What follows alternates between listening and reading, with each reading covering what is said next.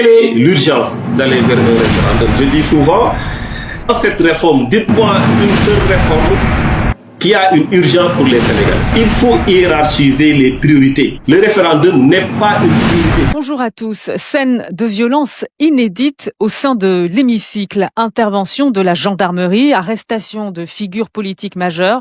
Le vote de la réforme constitutionnelle à l'Assemblée nationale a plongé le Sénégal dans une crise institutionnelle ouverte.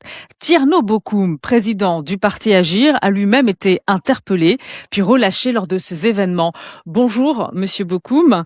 Merci d'avoir accepté mon invitation dans ce podcast Sans filtre. Bonjour. Alors, Monsieur Bocoum, vous avez été interpellé par les forces de l'ordre juste après vous être exprimé devant les médias à l'Assemblée nationale. Pouvez-vous nous raconter comment s'est déroulée cette arrestation et ce qui vous a été officiellement notifié par les autorités?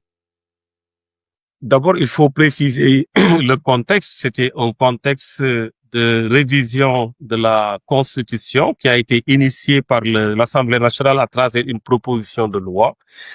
Et nous pensions qu'il fallait montrer notre désaccord par rapport à cette révision et par rapport à la procédure. Nous sommes partis à l'Assemblée nationale. Il y a évidemment un article du règlement intérieur de l'Assemblée nationale qui dit que les séances sont publiques.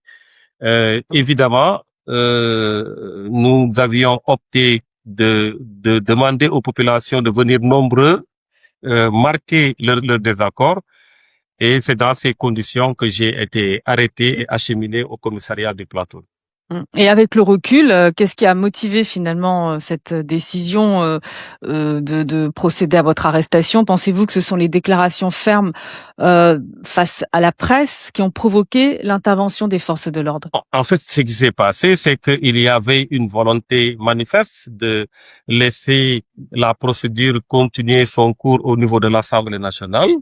Il ne fallait pas faire venir les Sénégalais, il ne fallait pas créer un rassemblement, il fallait tout interdire et pour bien entendu décourager les uns et les autres, le plus souvent, c'est d'appréhender les leaders. Et ce fut le cas ce jour-là. Je précise que au Sénégal, nous avons, disons, une situation pareille avec le président Wade. Et il avait autorisé la manifestation, d'où est né le 23 juin avec le mouvement M23. Donc, il y avait une manifestation devant l'Assemblée nationale pour montrer une désapprobation ou une approbation de ce qui s'est passé. Malheureusement, ce n'est pas le cas aujourd'hui. C'est un recul démocratique manifeste que nous condamnons fortement. Donc, il y a donné l'ordre, en fait, aux forces de l'ordre d'intervenir. C'est venu d'en haut. Et de toutes les façons, on ne peut pas aujourd'hui accuser le président de l'Assemblée nationale qui n'a pas, dont les forces de l'ordre ne sont pas sous ses ordres. Il faut aujourd'hui être très clair. Il s'agit de l'exécutif, il s'agit du président de la République et de son ministre de l'Intérieur certainement.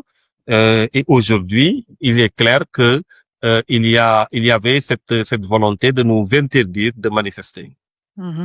Mais vous avez manifesté parce que vous protestiez contre la réforme proposée par Ousmane Sonko. Oui, évidemment. Nous protestions contre la réforme proposée par Ousmane Sonko et son groupe parlementaire, qui est le groupe majoritaire de l'Assemblée nationale. Je précise que cette proposition, c'est un avant-projet de loi qui a été transformé en proposition. C'était une initiative du président Bassirou Diomaye Faye et il n'avait pas achevé toute la procédure inclusive. C'est pourquoi on a parlé d'avant-projet et nous avons été dans le cadre, bien entendu, d'un avant-projet qui a été transformé en proposition. Il y a eu aussi bien dans le fond que dans la forme énormément de choses à revoir.